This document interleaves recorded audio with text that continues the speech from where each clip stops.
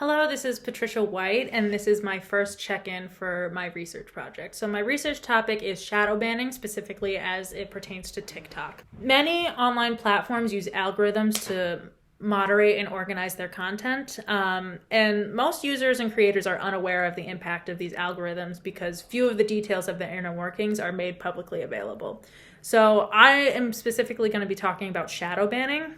Shadow banning is the practice of blocking a user or their content from an online community so that it will not be readily apparent to the user that they are being banned. A user can contribute posting as normal, but their post will be hidden from the rest of the community. This is done without the consent or knowledge of the user and is a form of algorithmic censorship.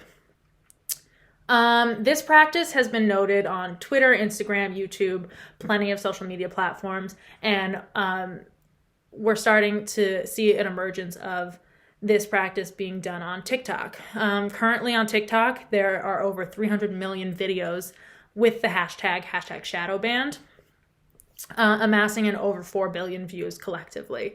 So in this research project, I will be exploring the nature of this form of censorship and ultimately its impact on marginalized communities. So shadow banning is not new. It's something that's been going on as early as the 70s.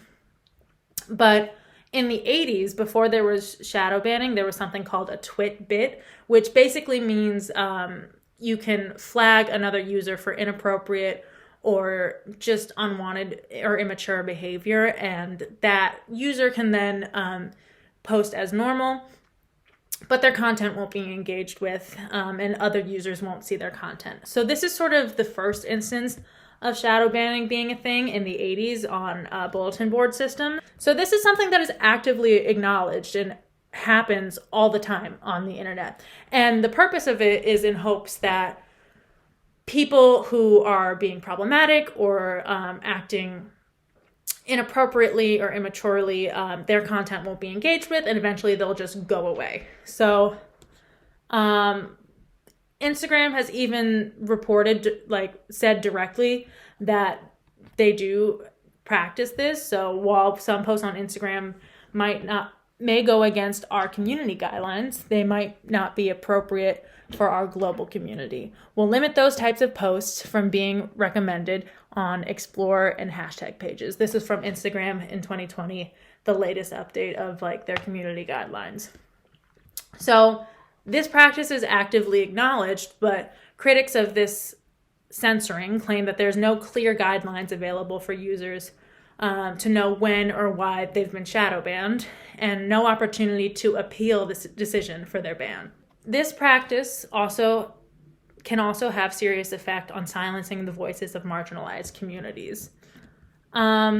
Salty, an online newsletter platform for women, trans, and non-binary people, released a study that examined the ways that algorithms affect marginalized groups. And basically, the study concluded that non-sexual pictures of queer people, women of color, and plus-size women, even relatively mundane ones, have been shadow banned, implying that these bodies, clothed or not, are inherently sexual or something to be hidden from view. And this is happening at an incredibly disproportionate rate to their straight, white, cis counterparts. So shadow banning appears to be a common practice for social media administrators despite its negative impacts, and TikTok is proving to be no different. A report by the Australian Strategic Policy Institute in September of 2020 found that TikTok engages in censorship on a range of political and social topics while also demoting and suppressing content. TikTok has been the center of several censoring controversies, including the censoring of post tags with posts tagged with hashtag Black Lives Matter and hashtag George Floyd.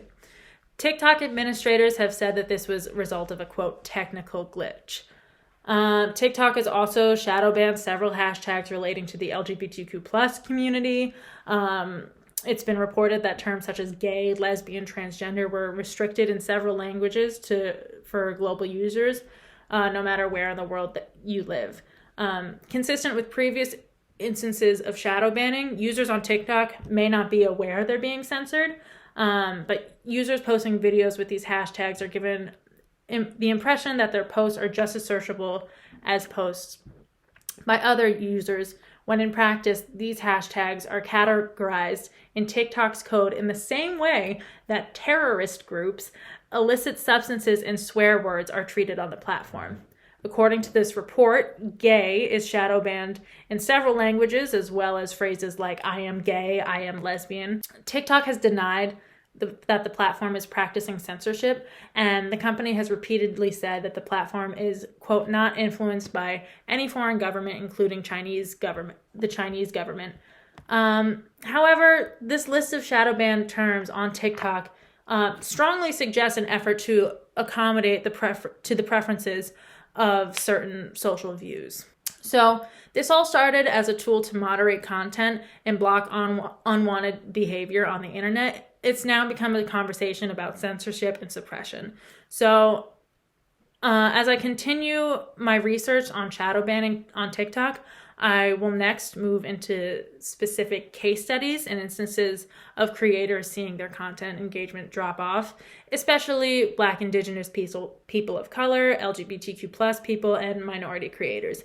I also want to explore the direct impact of silencing these creators' voices and its real-world effects. Finally, I'll analyze the ethics of the practice of shadow banning and see if there's a realistic alternative to moderating content on the internet. Thank you.